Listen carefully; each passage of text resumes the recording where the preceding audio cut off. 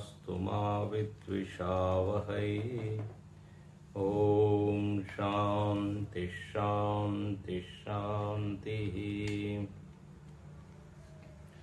ओम नमो भगवते वैवस्वताय मृत्यवे ब्रह्म विद्याचार्याय नचिकेतसे च।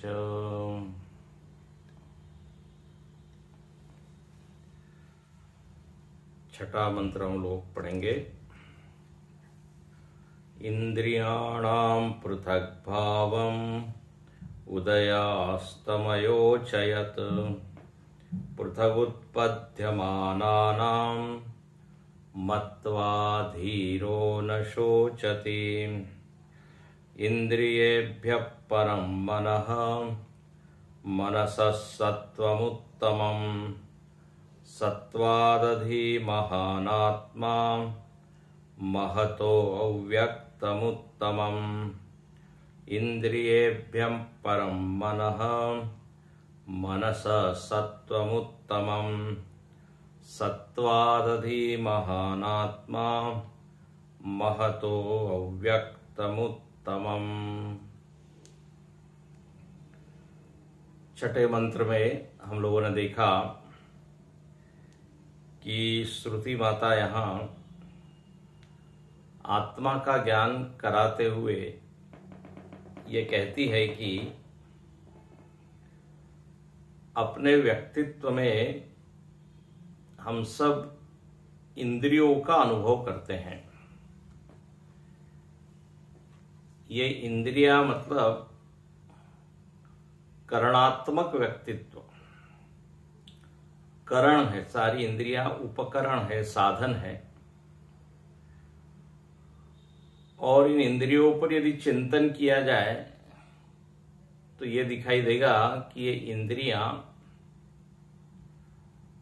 उत्पद्यमान है।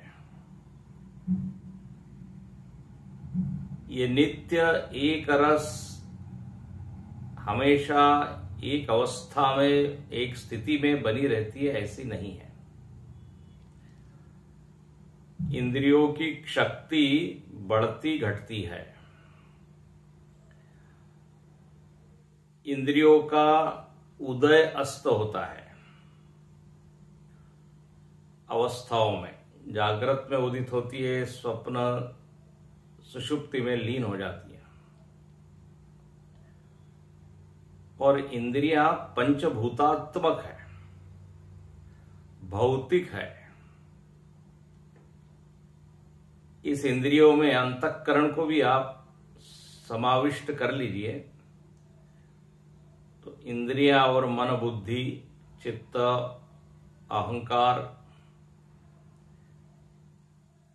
ये सब पंचभूतों से बने हुए हैं। कल हमने देखा था आकाशादिभ्य,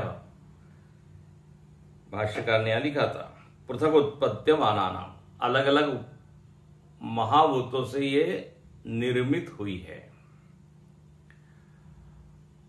और ये इंद्रियां और मन ये विषयों को ग्रहण करती रहती हैं।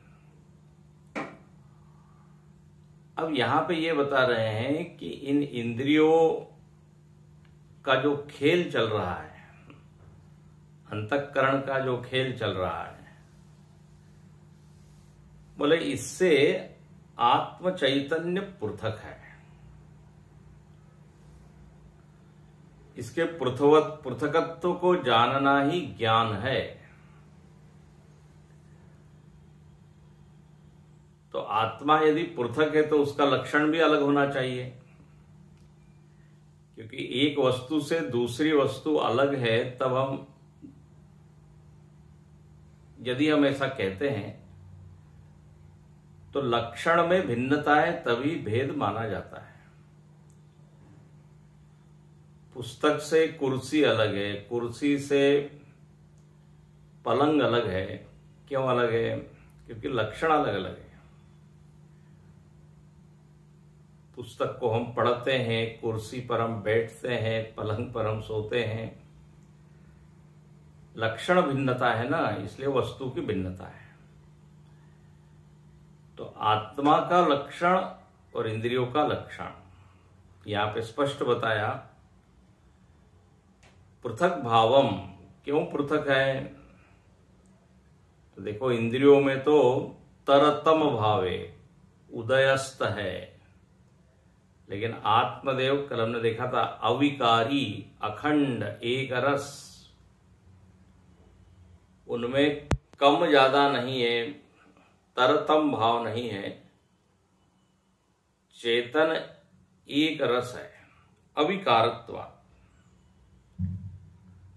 निर्विकार होने के कारण उसमें कोई परिवर्तन नहीं है। तो बोले ये दोनों है, इंद्रिया और आत्मा। और जो इसको जानता है मत्वा, मत्वा का अर्थ है ज्ञात्वा, और ज्ञात्वा का अर्थ है जिसने चिंतन करके ये अच्छे से समझ लिया। आज हम नहीं समझ पा रहे हैं क्योंकि हमने इनके पृथकत्व को ठीक से इस पर विचार नहीं किया, और इंद्रियों के धर्म आत्मा पर आरोपित करके आत्मा को देखने वाला, सुनने वाला, चलने वाला ऐसा मान लिया। वृत्तियों का आरोप करके हमने अपने आप को कामी, क्रोधी, लोभी, अभिमानी ये सब मान लिया। तो बोले ये आरोप को हटाना ही ज्ञान है, अध्यारोप का अपवाद करना ही क्या है? ज्ञान है। ये अध्यारोप कब से है? तो बोले अनादि काल से चला रहा है, अनादि काल से अविद्या है, और अविद्या के कारण ये आरोप बना हुआ है। हमारे स्वभाव में हम देखते हैं भेद, ये सब वृत्तियों के कारण देखते हैं। स्वभाव एक वास्तव में हमारा नित्य शुद्ध बुद्ध मुक्त है, लेकिन हम आज कामी, क्रोधी, लोभी, ईर्ष्यालु, शांत, अशांत ये सब मानते हैं। तो ये वृत्तियों का स्वभाव है जो हमने अपने ऊपर आरोपित कर लिया। ऐसे ही हमको ज्ञान में भिन्नता लगती है, मुझको इसका ज्ञान हो रहा है, उसका ज्ञान हो रहा है, शब्द, स्पर्श, रूप, रस। तो ज्ञान में जो भेद हो रहा है वो इंद्रियों के कारण है। ध्यान से सुनना, इंद्रियों के कारण अलग अलग विषयों का ज्ञान, और फिर उन विषयों के ज्ञान में हम आसक्त हो जाते हैं। तो शब्द में, स्पर्श में, रूप में। वास्तव में चैतन्य को आप देखें तो नित्य ज्ञान स्वरूप है, नित्य भान स्वरूप है। उसका भान ज्ञान एक सा है। इंद्रियों का जो ज्ञान है, इंद्रियां यदि तेजस्वी है तो ज्ञान तेजस्वी, इंद्रियां यदि मंद है तो ज्ञान भी मंद हो जाता है। तो ये जो जगत का अलग अलग ज्ञान हो रहा है, अलग अलग विषयों का, उसमें इंद्रियों की भूमिका है। लेकिन जो अपने आप का ज्ञान है, स्व का जो भान है, उसमें इंद्रियों की भूमिका नहीं है। वो तो नित्य सिद्ध है। जो अपना आपा है वो नेत्र, चक्षु, रसना के कारण नहीं है। हमको जो अपना आपा ज्ञात, उसका ज्ञान होता है, मैं हूं, उसमें इंद्रियों का कोई लेना देना नहीं। स्व के ज्ञान के लिए इंद्रियों की आवश्यकता नहीं, लेकिन इंद्रिय ज्ञान के लिए आत्मदेव की आवश्यकता है। अविना भाव है। यदि इंद्रियां है तो बिना आत्मा के हो नहीं सकती। उसमें जो चेतना है, उसमें जो ज्ञान की सामर्थ्य है, वो तो आत्मदेव से ही उधार ली हुई है उसने। तो इसलिए यहां भाष्यकार कहते हैं अव्यभिचारात्, अव्यभिचारी यदि कोई है जिसमें कोई परिवर्तन नहीं, बोले वो है आत्मा। तो जो अंतर्मुखी होके ठीक से विचार करता है मत्वा, तो परिणाम क्या होता है? न शोचती। उसको मालूम पड़ता है कि आत्मा में कोई परिवर्तन है ही नहीं, तो कोई शोक की बात ही नहीं है। ध्यान से सुनना, शोक में हेतु क्या है, शोक का कारण क्या है? तो शोक का एक कारण यह है परिवर्तन। परिवर्तन मतलब क्या? तो बोले जो अवस्था हमको सुख दे रही है, जो परिस्थिति, वो जो वांछित परिस्थिति है, इष्ट परिस्थिति है, जिसको हम चाहते हैं, वो परिस्थिति जब बदल जाती है तो व्यक्ति दुखी होता है कि नहीं? वांछित परिस्थिति बदल गई, अवांछित परिस्थिति आ गई, तो क्या हुआ? दुख हुआ। सब दिन हो तन एक समान, कहते ना, हर दिन एक जैसे नहीं होते। और लोग कहते हैं सुख के दिन तो एकदम उड़ जाते हैं, और दुख के दिन एक एक पल जो है वो एक एक युग के जैसा बीतता है। तो व्यक्ति यदि सुखद परिस्थिति में है तो चाहता है वो बना रहे, वो बनी रहे अवस्था। परिवर्तन हुआ कि गया, उसका सुख चला गया। तो यहां पर लिखते हैं यदि आप शोक से परे होना चाहते हैं तो ऐसी चीज को पकड़ लीजिए जो कभी परिवर्तित होती नहीं। बहुत सुंदर, जो निर्विकार निराकार चिन्मय सत्ता है और उसका स्वभाव क्या है? बोले आनंद रूप है। तो चूंकि वो अविकारी आनंद है तो दुख के लिए कोई जगह नहीं रह सकती। तो जितना अधिक हम इस आत्म तत्व को पहचानेंगे, जानेंगे, उतनी जीवन में क्या है, शोक की मात्रा कम। या ये भी कहिए कि बाहर से शोक आते रहेंगे, परिस्थितियां बदलती रहेगी, लेकिन चूंकि ये इसने कूटस्थ चैतन्य को पकड़ा हुआ है तो वो फिर इन परिस्थितियों से प्रभावित नहीं रहता। जैसे वो जो जहाज है वो एंकर से वो जो है उसको पकड़ के रखते हैं, उसको बांध के रखते हैं, तो लहरें उठ रही है, थपेड़े आ रही हैं, लेकिन वो जहाज वैसा के वैसा ही किनारे पे खड़ा रहता है। नाव को बांध देते हैं ना एक खूंटे से। तो हम यदि अपने स्वरूप से बंध जाए ये मैं कहने के लिए बोल रहा हूं, बंध जाए मतलब जान ले, तो फिर न शोचती। धीर पुरुष में ये सामर्थ्य आ जाती है। उसका विवेक हमेशा जागृत है, उसने हमेशा अपने स्व के ऊपर ध्यान दिया है। तो इसलिए नंदति नंदति नंदति एव न शोचति, यो न रुष्यति, न वो हर्षित होता है, न द्वेष होता है, न कांक्षति,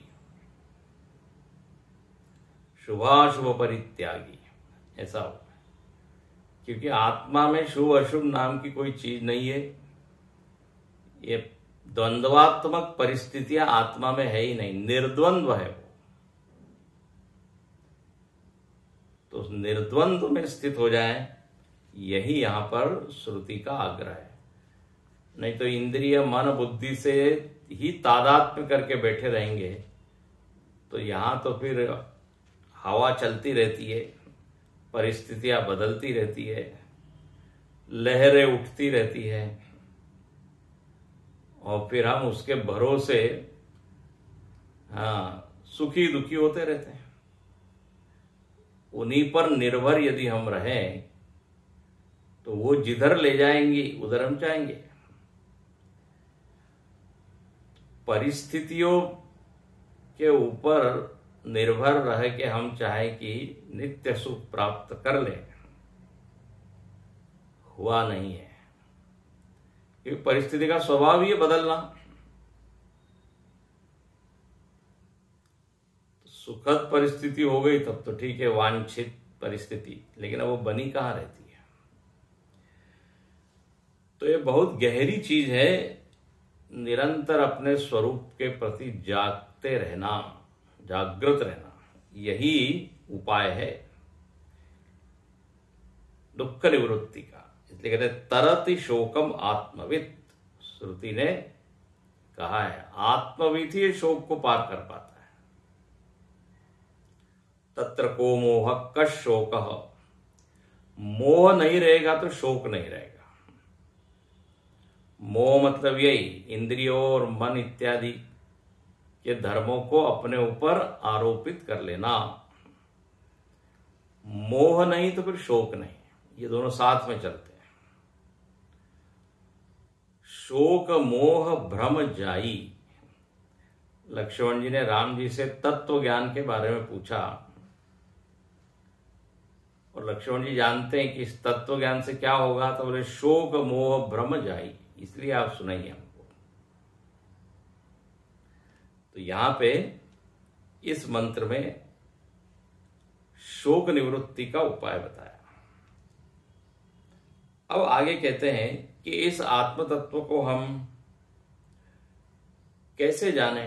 भाष्यकार यहां अगली पंक्ति में कहते हैं 119 पेज पर, यस्माद् आत्मनः इंद्रियाणाम पृथक भाव उक्तः। बोले आत्मा इंद्रियों से पृथक है, ये बता दिया। अब कोई जो है ये समझेगा इंद्रियों से आत्मा पृथक है तो बोले आत्मा कहीं और होगा, कहीं दूर बैठा होगा। इंद्रियां तो हमारे पास में है, बोले इंद्रियों से आत्मा अलग है तो आत्मा कहीं परोक्ष दूसरे देश में होगा, दूसरे काल में होगा। तो यहां भाष्यकार अगले मंत्र की प्रस्तावना देते हुए लिखते हैं कि न असौ बहि अंतः न असौ बहि अधिगंतव्य। इस आत्मा को बाहर नहीं जानना चाहिए कि बाहर कहीं आत्मदेव बैठे हुए हैं। चूंकि ये इंद्रियों से अलग है, इंद्रिया तो हमारे पास है तो आत्मा कहीं दूर है। बोले न असौ बहि अधिगंतव्य यस्मात् प्रत्यगात्मा सर्वस्य। अरे बोले वो तो सारे भूतों का क्या है, प्रत्यगात्मा है, सबसे अंतरंग है, अंतरात्मा है वो। तो इसलिए उसको भीतर ही जानना चाहिए। बोले भीतर कैसे है, प्रत्यगात्मा आप क्यों कह रहे हैं? तो इसका उत्तर ये 7वें मंत्र में है कि आत्मा को आप भीतर खोजिए क्योंकि वो प्रत्यगात्मा है। प्रत्येक मतलब अंतरंग। तो अंतरंग क्यों है? तो बोले सुनिए, आप जब अपने व्यक्तित्व को ठीक से परखेंगे, पहचानेंगे तो आपको आत्मा अंतरंग ही मिलेगी। इसलिए लिखते हैं इंद्रियेभ्य परम मनः। बोले अब आप सुनिए कौन किसके अंतरंग है, कौन किसके प्रत्यक है, भीतर है, ये आपको हम बताते हैं। तो इंद्रिय से परे मन है। अच्छा, मनसः सत्वमुत्तमम, मन से उत्तम क्या है? सत्व। अब यहां सत्व का अर्थ है बुद्धि, मन से अंतरंग है बुद्धि। अच्छा, फिर सत्वाद अधि महानात्मा, बुद्धि से जो अधि है, मतलब श्रेष्ठ है, अंतरंग है, पर है, वह है महान आत्मा।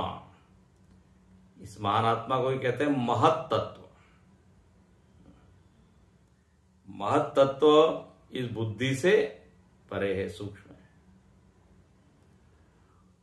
और महतः अव्यक्तम उत्तमम, और महत से अव्यक्त जो है वो उत्तम है। बहुत सुंदर ये श्लोक है। महत से अव्यक्त उत्तम है। उत्तम का अर्थ क्या है? अंतरंग है, श्रेष्ठ है, निकट है, ये सब अर्थ होते हैं। परम, परम यहां आया ना, इंद्रिय से परम मना, मतलब मन थोड़ा ऊंचे स्तर का है, इंद्रियों से ऊपर।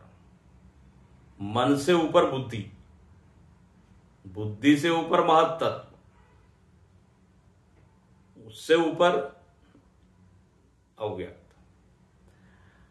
अब देखिए, यही लगभग ऐसा ही मंत्र अब यहां 7वें और 8वें मंत्र में जो बताया है, अभी 8वां मंत्र हमने पढ़ा नहीं, लेकिन 7वें और 8वें मंत्र में जो आया था वही आप यदि पढ़ें तो तीसरी वल्ली में, पहले अध्याय के तीसरी वल्ली में भी इससे मिलता जुलता मंत्र आया है। 3 मंत्र आए हैं, 10वां, 11वां, 12वां मंत्र। इंद्रियेभ्य परार्यर्था अर्थेभ्यश्च परम मन, मनसस्तु परा बुद्धि, बुद्धेरात्मा महान पर, महतः परम अव्यक्तम, अव्यक्तात् पुरुष पर, पुरुषान्न परम किंचित, सा काष्ठा सा परागति। ये आया है ना पीछे, अब फिर से देखिएगा, ढूंढ लीजिए। पहले अध्याय के तीसरे वल्ली का 10वां, 11वां, 12वां मंत्र। तो वहां भी ये हमको यात्रा बताई, अंतरंग यात्रा आप कीजिए।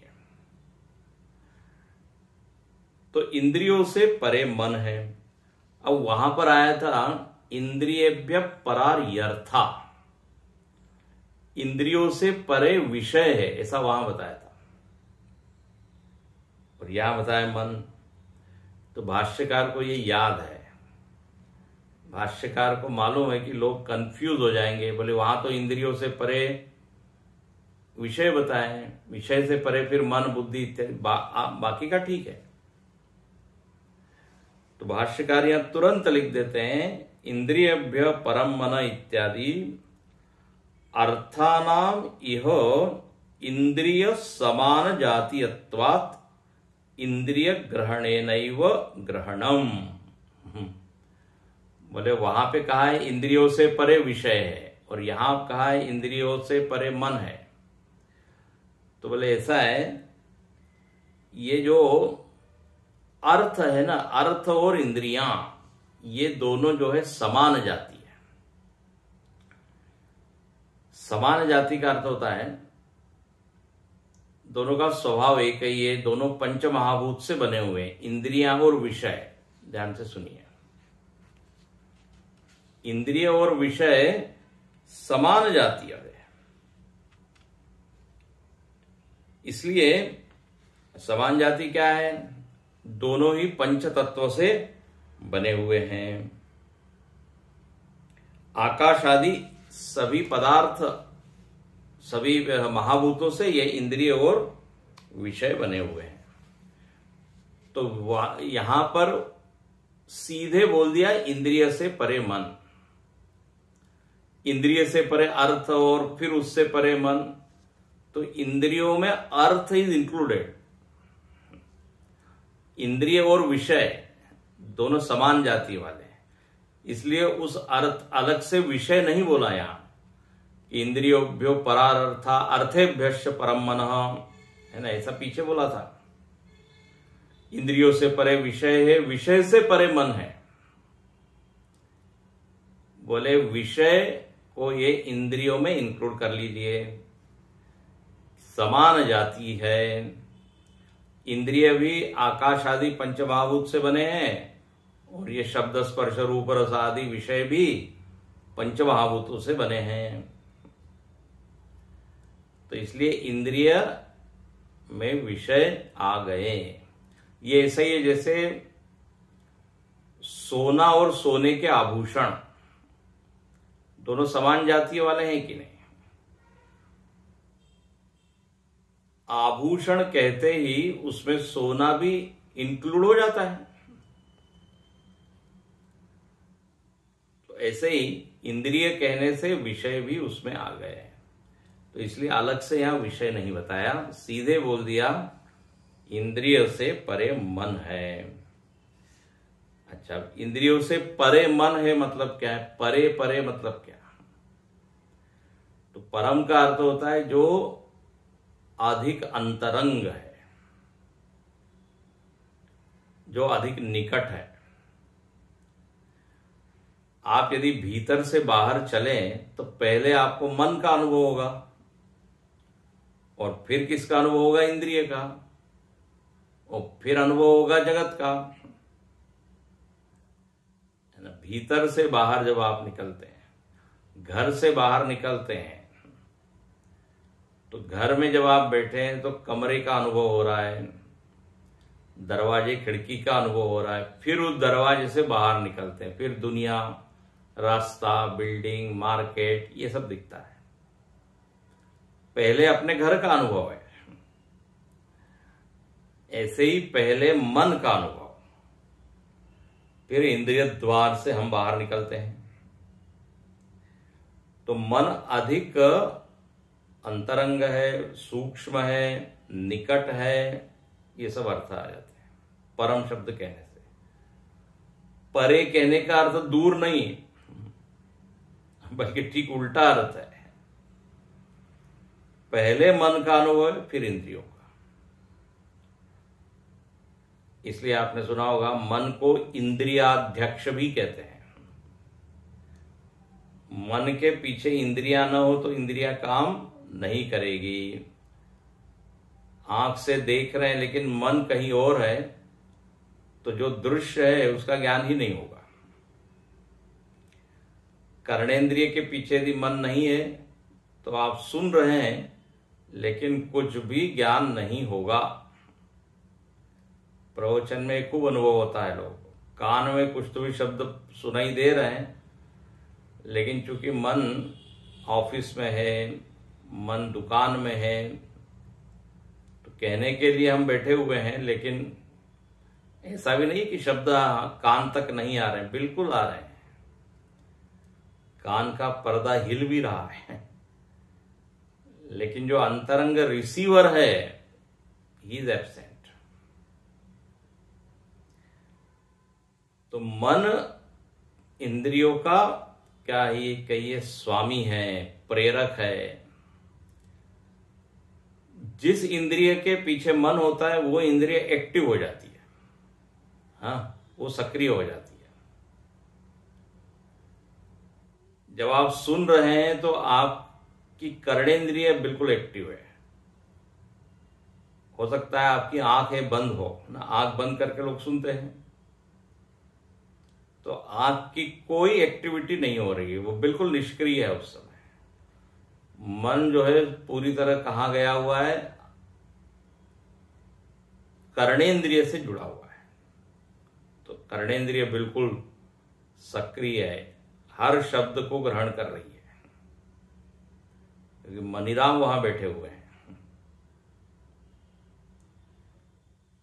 तो इंद्रियेभ्य परम मनः। इंद्रियों और मन में एक फर्क ऐसा है कि इंद्रियां एक एक महाभूत का परिणाम है। जिन लोगों ने तत्वबोध आदि ग्रंथ पढ़े होंगे उनको मालूम होगा, ज्ञानेन्द्रिया जो है एक एक महाभूत के सात्विक अंश से बनी है, और मन जो है पांचों महाभूत के सात्विक अंश को मिलाने से बना हुआ है। समष्टि सात्विक अंश के कारण मन बुद्धि बनी हुई है। लेकिन इंद्रियां एक एक महाभूत के सात्विक अंश से बनी है, इसलिए एक एक इंद्रिय में एक एक विषय ग्रहण करने की सामर्थ्य है, लेकिन मन में पांचों विषय ग्रहण करने की सामर्थ्य है ना। शब्द को भी वो समझ रहा है, रूप को भी, रस को भी, गंध को भी। ये सारी इंद्रियां एक एक विषय लाके मन को देती है और मन जो है उसको समझ रहा है। तो ये मन कैसा है? परह है, परम। अच्छा, मनसः सत्वम उत्तमम। मन से ऊपर क्या है? तो बोले सत्व। भाष्यकार ने तो कुछ लिखा ही नहीं, पूर्वम अन्यत्। बोले आप पीछे का जो मंत्र है वो रेफर कर लीजिए। अब मन से परे यहां लिखा है सत्व। अब यहां सत्व का अर्थ है बुद्धि। अब बुद्धि भी देखिए सात्विक अंश से बनी है, मन भी सात्विक अंश से बना है, दोनों का उपादान कारण एक ही है। पंच महाभूतों के सात्विक अंश से ही मन और बुद्धि बने हैं, लेकिन बुद्धि को अंतरंग कहा है। क्यों? बुद्धि को अंतरंग क्यों कहा है? क्योंकि बुद्धि मन की नियामिका है, बुद्धि निर्णय देने में समर्थ है, बुद्धि में चिंतन सामर्थ्य है, बुद्धि में विवेक है। मन जो है तरह तरह के विकल्प सामने प्रस्तुत करता है। विकल्प का क्या मतलब होता है? जो आपने पहले विचार किया उसका खंडन करके दूसरा विचार सामने आया, उसको होते विकल्प। पहले विचार आया जाना चाहिए, दूसरा आया विकल्प मतलब नहीं जाना चाहिए, पहले वाले का खंडन हो गया। हम स्वयं ही अपने संकल्पों को खंडित करते रहते हैं, तो उसको क्या बोल देते हैं? विकल्प। विरुद्ध कल्पना। पहले जो कल्पना की, पहले जो निश्चय किया, वो वास्तव में निश्चय था ही नहीं, एक तरह का विचार था। तो ये विचार में परस्पर क्या होता है? विरोध होते रहता है, विरोधी विचार आते रहते हैं, उसे कहते हैं संकल्प विकल्प। बुद्धि को कहा है कि इस मन से ऊपर है, मतलब क्या है? बुद्धि एक निर्णय देती है, निश्चय करती है। वहां पे दो चार राय नहीं है, दो चार मत नहीं है। और जब व्यक्ति निश्चय करता है तभी कोई काम वो करता है। जब तक संकल्प विकल्प के लेवल पर होता है वो प्रवृत्त नहीं होता। बोले हाँ मैं सोच रहा हूं जाऊं कि नहीं जाऊं, जाऊं कि नहीं जाऊं। अब जब निश्चय होगा तभी इन दोनों में से एक चीज होगी, या तो नहीं जाएगा या जाएगा। बुद्धि उसके ऊपर क्या स्टैंप लगाती है, मुहर लगाती है। तो ये बुद्धि का जो स्तर है निश्चित ही क्या है, थोड़ा ऊंचा है। हालांकि मन और बुद्धि दोनों वृत्ति रूप ही है, ये मजेदार बात है। दोनों का स्वभाव या स्वरूप क्या है? दोनों में वृत्तियां ही है। बुद्धि is also in the form of thoughts, mind also is in the form of thoughts. But जो थॉट्स की क्वालिटी है, थॉट्स का जो प्रकार है, उसमें परिवर्तन है, बदल है, फर्क है। इसलिए निश्चयात्मिका वृत्ति है बुद्धि। तो बोले वो निश्चित ही बेहतर है। बुद्धिम तो सारथिम विद्धि, बुद्धि को इसलिए सारथी कहा है। बोले मन के भरोसे मत रहो, बुद्धि को आप बढ़िया बनाओ, बुद्धि के भरोसे रहो, उसी को कहते बुद्धिमान। तो मनसा सत्वमुत्तमम। अच्छा, फिर कहते हैं सत्वादधि महान आत्मा। ये बुद्धि से ऊपर कौन है, परम कौन है, श्रेष्ठ कौन है? तो बोले महान आत्मा। और ये महान आत्मा मतलब क्या है? तो कहते हैं महान आत्मा के ही दूसरा इसका शब्द है महत तत्व। ये महत तत्व लोगों को समझ में आता नहीं, ये क्या है महत तत्व? तो देखो, महत तत्व मतलब इसके दो तीन अर्थ आपको बताते हैं। समष्टि बुद्धि, एक अर्थ क्या होता है? समष्टि बुद्धि। दूसरा इस महत तत्व का ही अर्थ है अंतर्यामी। दो अर्थ हो गए। और तीसरा इसी महत तत्व को कहते हैं हिरण्यगर्भ। ये तीन नाम हमने दिए, समष्टि बुद्धि, अंतर्यामी, हिरण्यगर्भ। अब इसको जरा समझे। समष्टि बुद्धि मतलब क्या? तो मतलब ऐसी एक बुद्धि जो सारे बुद्धियों से जुड़ी हुई है। इसको जरा ध्यान से समझिए।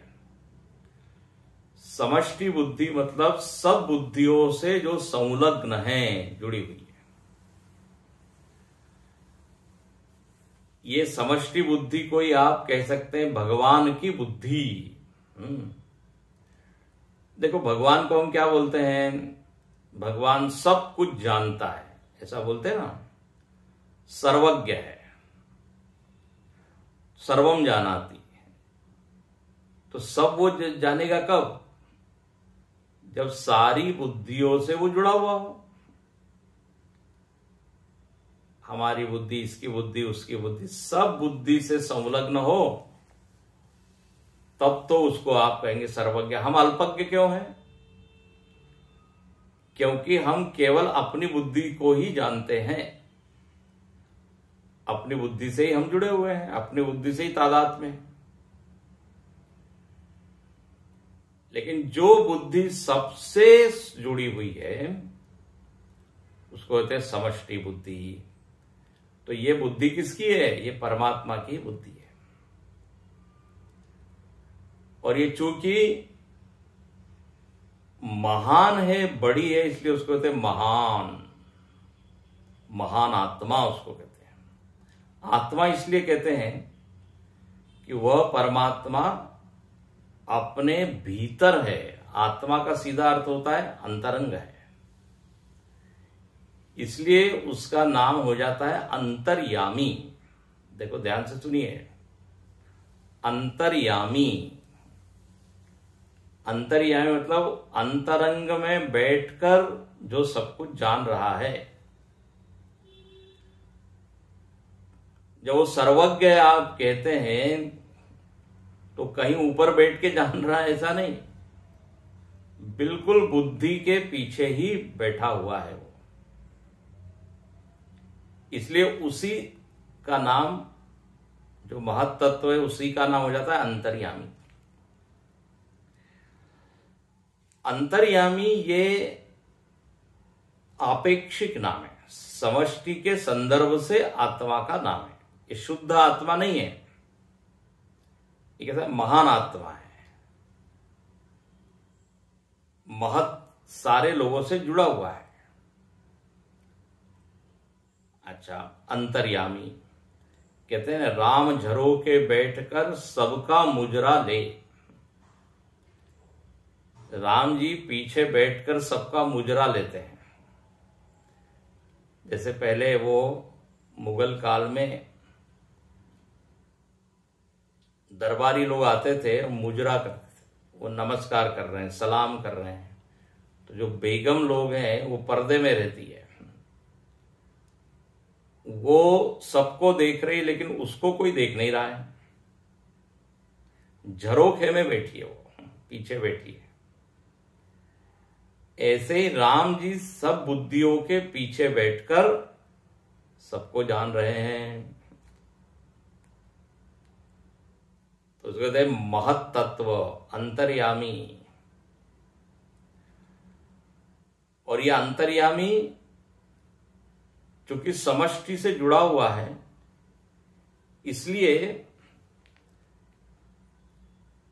उसमें जो है संकल्प जब उठता है, ध्यान से सुनना, तो समष्टि का संकल्प उठता है। अपनी बुद्धि में क्या होता है, व्यष्टि बुद्धि में मुझको यहां जाना है, मुझको ये करना है।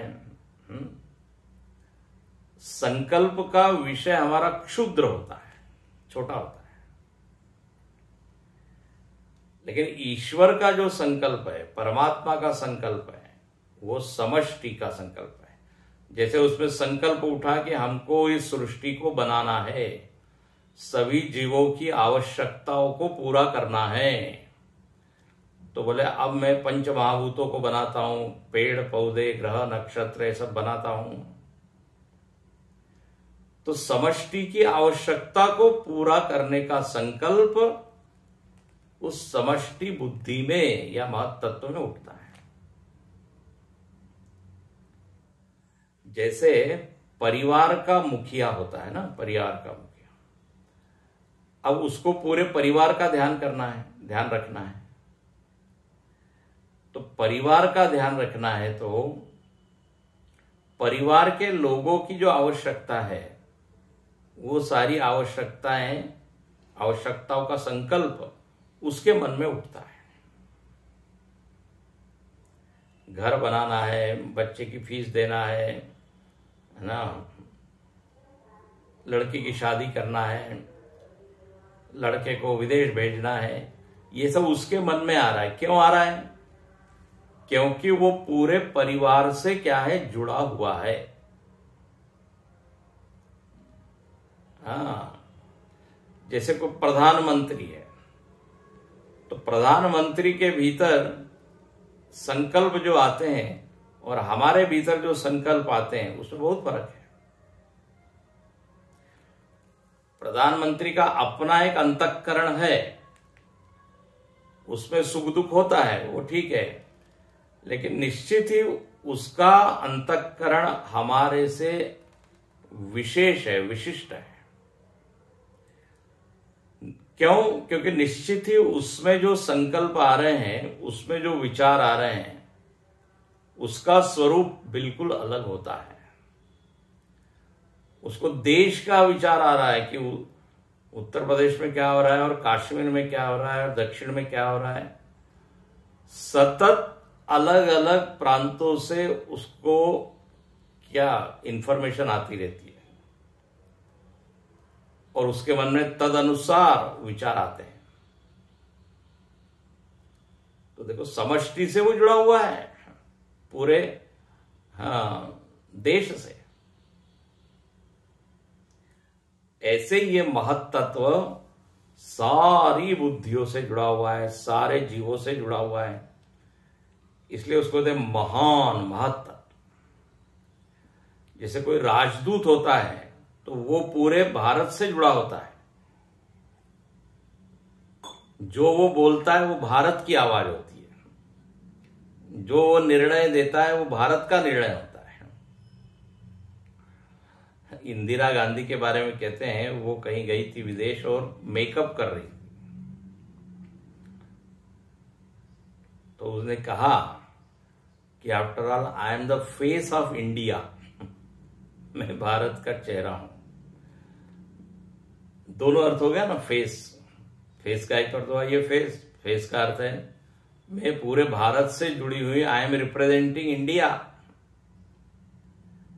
तो मेरा यदि निर्णय गड़बड़ होगा तो भारत खतरे में आ जाएगा। इसलिए संभल के निर्णय लेना पड़ेगा। तो ये उनका अभिमान किससे होता है? देश से, है ना। प्रधानमंत्री का उदाहरण दे रहा हूं, देशाभिमान होता है। ऐसे ही जो परमात्मा का अभिमान है वो क्या है? परमात्मा अभिमान मतलब जुड़ा हुआ है समष्टि से, इसलिए उसका नाम होता है महत तत्व, महान आत्मा। ये समष्टि बुद्धि, बुद्धि के प्रधानता से उसको समष्टि बुद्धि बोल देते हैं, क्योंकि सब बुद्धि से वो संलग्न है। और ज्ञान की प्रधानता से उसको बोल देते हैं, या चेतन की प्रधानता से उसी को बोल देते हैं हिरण्यगर्भ। हिरण्यगर्भ मतलब क्या? हिरण्य मतलब चमक, तेजस्विता, जिसके गर्भ में तेजस्विता है, चमक है। हिरण्यगर्भ मतलब बुद्धि में जो सारा ज्ञान आया है, उस ज्ञान का सोर्स ये हिरण्यगर्भ है। ये लोगों की जो चमकदार बुद्धि है, ये कहां से आई? बोले हिरण्यगर्भ से। जितने भी बड़े बड़े तेजस्वी बुद्धिमान विद्वान लोग हुए हैं, Einstein, Newton, Archimedes, Panini, Patanjali, Kanad, Gautam, Shankaracharya ji, इनकी बुद्धि एकदम जगमग जगमग चमकने वाली है। तो बोले इनकी बुद्धि में ये सब आया कहां से? बोले ये हिरण्यगर्भ, इस महत् तत्व से आया है। बोले सब में क्यों नहीं है तेजस्विता?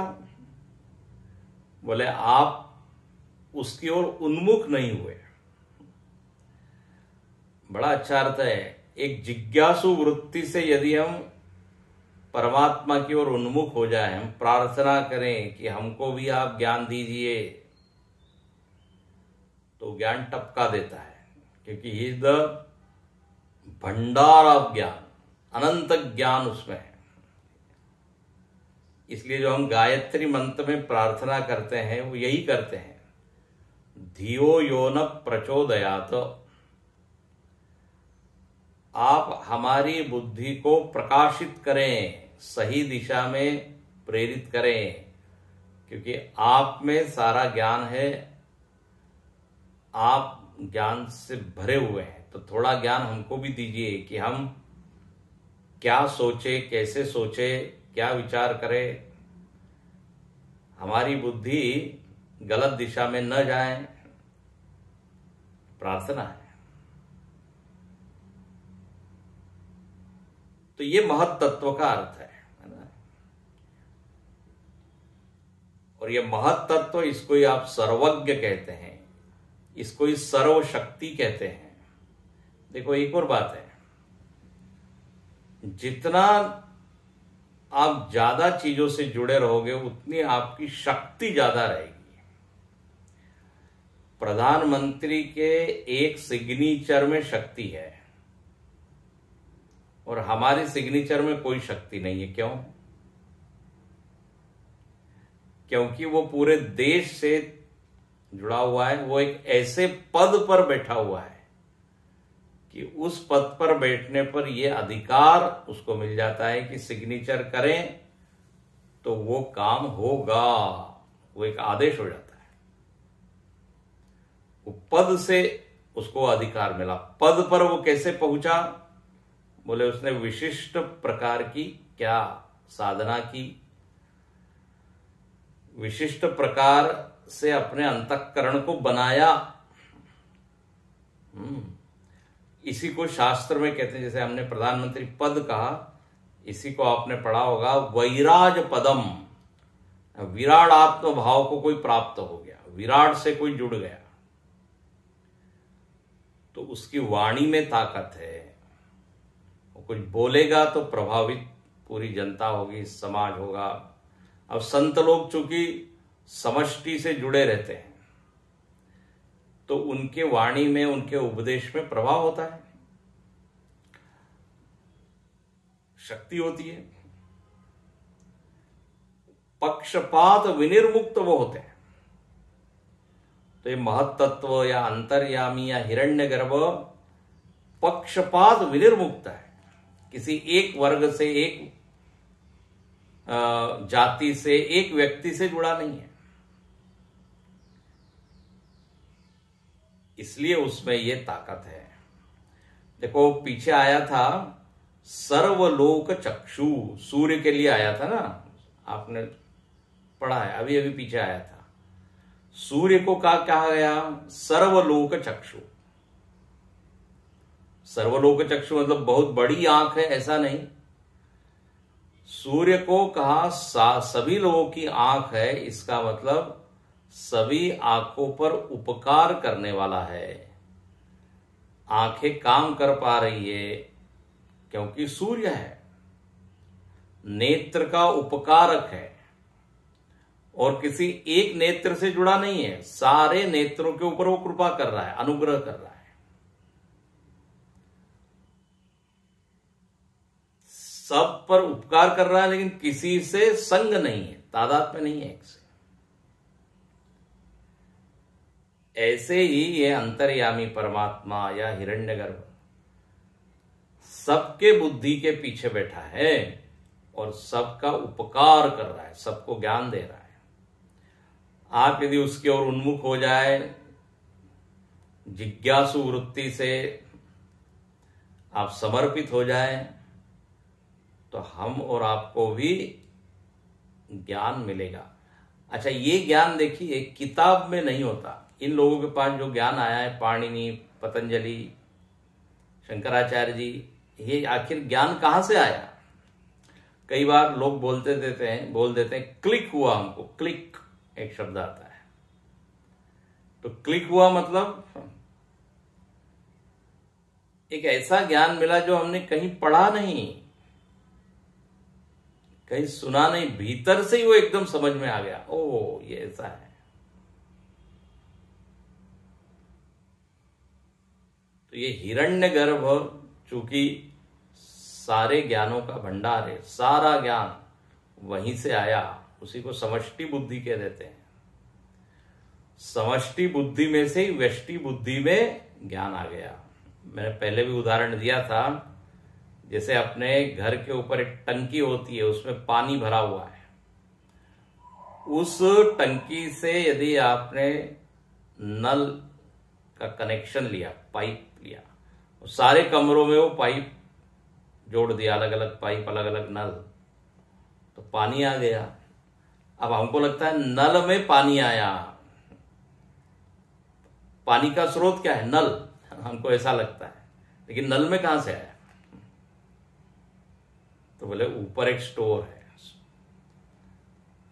ऐसे ही ये महत तत्व, जिसको कहा महान आत्मा, बोले बस ये स्टोर है।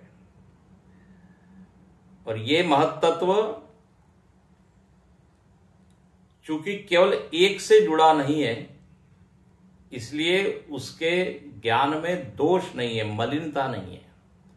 देखो, हमारी बुद्धि एक चीज से जुड़ी हुई है तो हमारी बुद्धि में राग द्वेष आ जाते हैं। जैसे नेत्र है, हमारा नेत्र में दोष आ जाता है। सूर्य कैसा है? सारे नेत्रों को एक रस, एक जैसा क्या दे रहा है? प्रकाश दे रहा है। उसका अभिमान एक से नहीं है। इसलिए परमात्मा के कहते हैं उसका दरबार सबके लिए खुला है, कोई भी उसके पास जाके मांग कर सकता है, ज्ञान प्राप्त कर सकता है, शक्ति प्राप्त कर सकता है। ये हिरण्यगर्भ में ज्ञान शक्ति, क्रिया शक्ति, इच्छा शक्ति सब कुछ है। जब ये वृक्ष का रूपक दिया था तो उसमें बोला था अंकुर, हिरण्यगर्भ को अंकुर कहा था, और उसमें 2 दल बताए थे, 2 उसके भाग, क्रिया शक्ति, ज्ञान शक्ति। अव्यक्त से जब चीज व्यक्त होती तो वहां उसको कहा था हिरण्यगर्भ। तो हिरण्यगर्भ में ये दोनों शक्तियां हैं, ज्ञान शक्ति, क्रिया शक्ति। तो आपको जो शक्ति चाहिए वो उससे मिलती है। ऐसा है, बहुत ही मधुर ये महत तत्व है। तो बुद्धि से ऊपर महान आत्मा, ये हो गया। इस पर विचार कीजिए आप।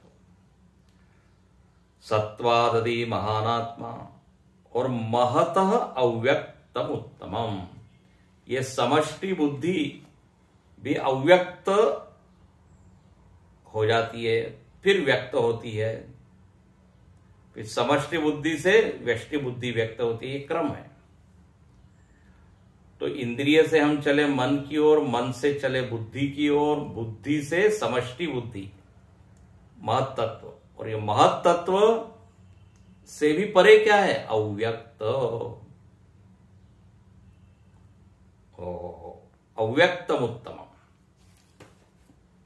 और अव्यक्त से ऊपर क्या है? तो बोले आत्म तत्व, शुद्ध आत्मा, शुद्ध चैतन्य। वो अब हम देखेंगे कल। आज यहां रुकते हैं। ओम पूर्णमदः पूर्णमिदं पूर्णात् पूर्णमुदच्यते पूर्णस्य